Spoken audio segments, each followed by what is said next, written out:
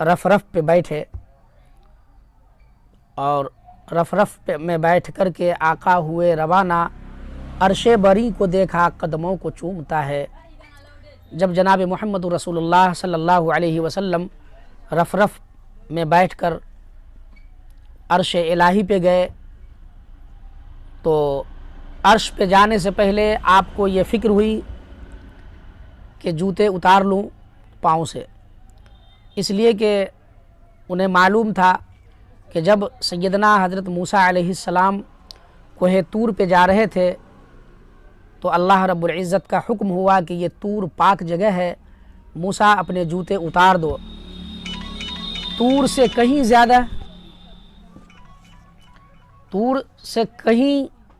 زیادہ عرش معلیٰ پاک اور معتبر جگہ ہے، چنانچہ میں بھی یہاں جوتا اتار لوں۔ جیسے ہی دل میں یہ خیال آیا، فوراً غیب سے آواز آئی کہ آپ اپنے جوتے مبارک سے عرش اعظم کی زینت بخشیں،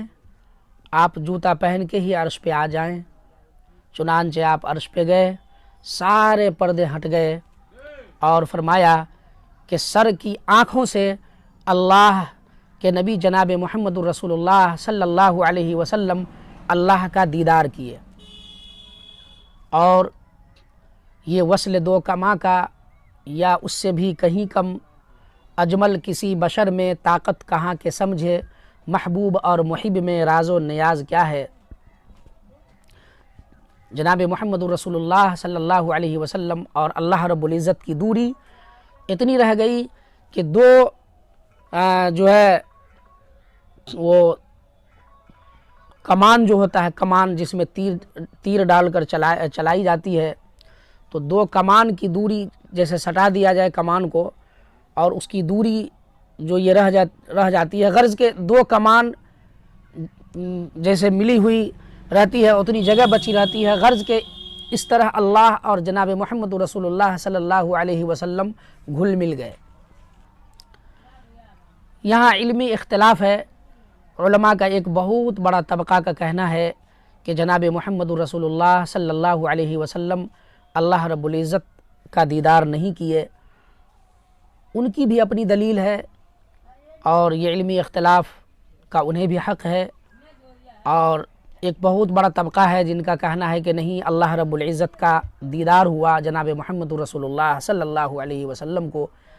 یہ دونوں رائے اپنی جگہ بالکل برحق ہے۔ اس کے بعد جناب محمد رسول اللہ صلی اللہ علیہ وسلم جب عرش پہ پہنچے تو اللہ رب العزت نے انہیں سلام کیا،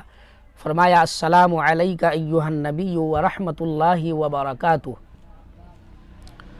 تو اللہ رب العزت کے نبی جناب محمد رسول اللہ صلی اللہ علیہ وسلم نے اپنی امت کو یاد فرمایا اور فرمایا السلام علینا، یہ اللہ کے نبی فرماتے ہیں السلام علینا وعلی عباد اللہ الصالحین، کہ سلام ہم پر بھی ہو اور اللہ کے نیک بندوں پر بھی ہو، ہے نا۔ یعنی اللہ کے نبی امت کو وہاں بھی نہیں بھولے۔ پھر کچھ راز نیاز کی باتیں ہوئیں جو اللہ اور رسول کے علاوہ کسی کو معلوم نہیں۔ پھر اللہ رب العزت نے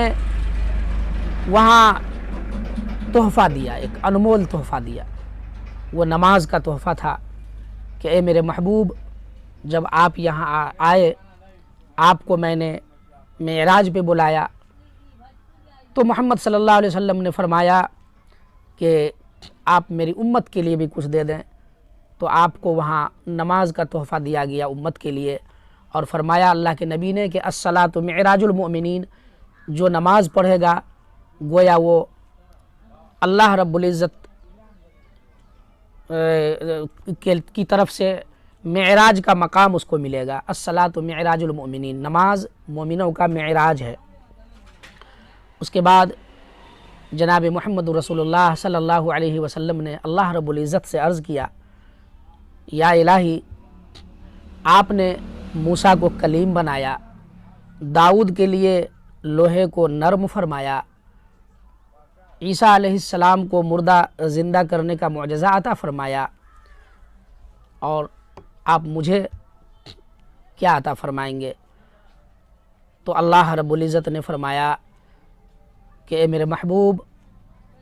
آپ کو میں نے وہ عطا فرمایا ہے جو کسی کو عطا نہیں کیا ہے۔ اللہ نے فرمایا کہ میں نے آپ کو وہ مقام عطا فرمایا ہے جو کسی کو عطا نہیں کیا ہے، یعنی آپ کا نام اور میرا نام کبھی جدا نہیں ہوگا بلکہ ہمیشہ وصل رہے گا، ہے نا۔ لا الہ الا اللہ محمد الرسول اللہ صلی اللہ علیہ وسلم، یہ ہمیشہ اب اللہ کے نام کے ساتھ محمد الرسول اللہ کا بھی نام رہے گا۔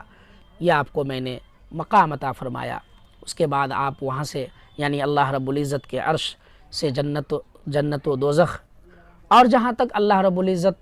کو مرضی ہوئی وہاں تک اپنے محبوب کو سیر کروایا، اور پھر دنیا کی طرف واپس فرمایا، جو میں اس کا تذکرہ کبھی دوسری قسط میں کروں گا۔ اللہ تعالیٰ سے دعا ہے کہ اللہ رب العزت ہمیں